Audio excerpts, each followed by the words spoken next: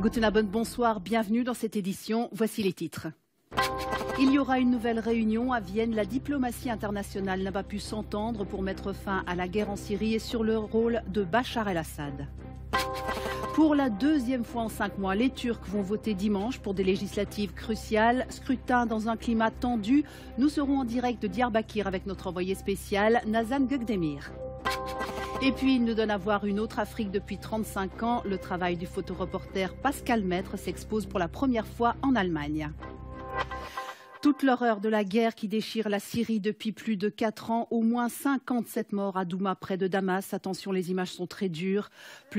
Et à cause de la guerre en Syrie, notamment, l'exode des réfugiés continue, les catastrophes aussi. Les chiffres font froid dans le dos. Depuis le début de l'année, plus de 3200 personnes sont mortes en tentant de traverser la Méditerranée.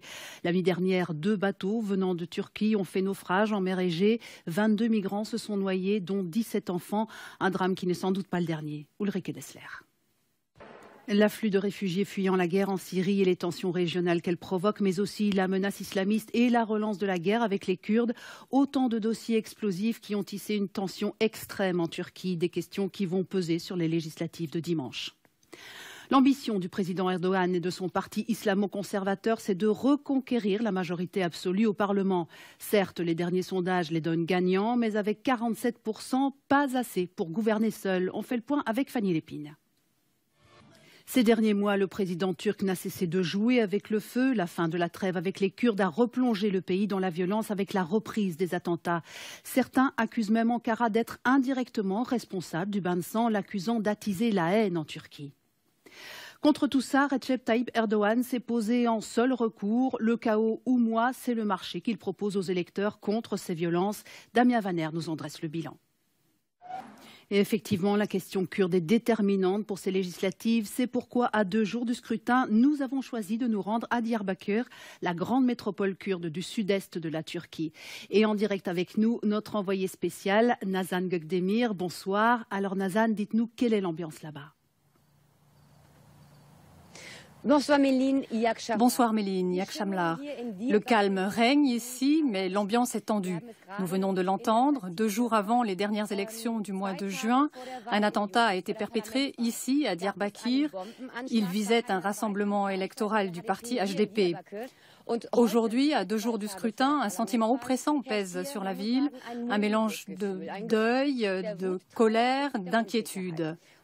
Nous sommes ici depuis quelques jours et ces craintes ne sont d'ailleurs compréhensibles. Depuis la fin du processus de paix avec le PKK, Diyarbakir est à nouveau en état d'urgence. Le soir, lorsque la nuit tombe, il n'y a pratiquement plus personne dans les rues. La population a peur, les gens restent chez eux, ils redoutent de nouveaux attentats.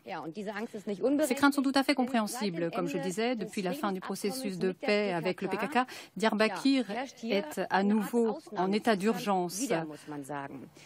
Pas plus tard que lundi, une feu avait alors été décrétée pendant plusieurs jours.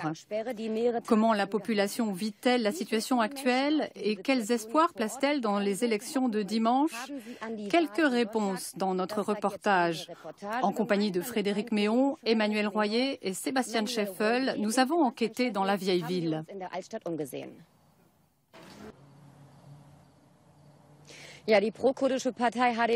En pleine période électorale, le parti pro-kurde HDP n'a guère besoin de faire campagne à Diyarbakir. Ici, la plupart des électeurs vont voter pour lui. Beaucoup connaissent personnellement le leader du HDP. Le parti pro-kurde HDP va très certainement l'emporter haut la main à Diyarbakir lors du scrutin à venir. Mais quel sera son score au niveau national? C'est le grand enjeu de ces législatives. Résultat dimanche soir en direct d'Istanbul. Selon les derniers sondages, l'issue des élections pourrait être la même qu'en juin dernier. Le suspense reste entier. Je rends l'antenne à Strasbourg. Merci Nazan pour cet éclairage sur des élections cruciales. Et effectivement, nous vous retrouverons dimanche soir pour les résultats du vote. Bien, mais peut mieux faire, c'est en substance la conclusion du rapport des Nations Unies sur le climat à 1 mois, jour pour jour, de la COP21 qui se tiendra à Paris. Selon l'ONU, l'objectif de limiter à 2 degrés le réchauffement de la planète est encore possible, mais pour y arriver, il faut beaucoup d'efforts. Les détails, Marina Mekawi. Pascal Maître est le photojournaliste français spécialiste de l'Afrique depuis plus de 35 ans. Un hommage lui est rendu en ce moment en Allemagne. La petite ville de Schleswig présente une très belle expo consacrée à celui qui donne à voir un autre continent noir. Catherine Marie de Grasse l'a vu pour nous. Et quelle belle conclusion à ce journal à suivre, 28 minutes et à 20h55, cinéma avec Le Braqueur tiré d'une histoire vraie, la course désespérée d'un marathonien et braqueur de banque pour échapper à la police. Demain soir, Dorothée Hafner sera à cette même place. Très beau week-end et à lundi. Elveda.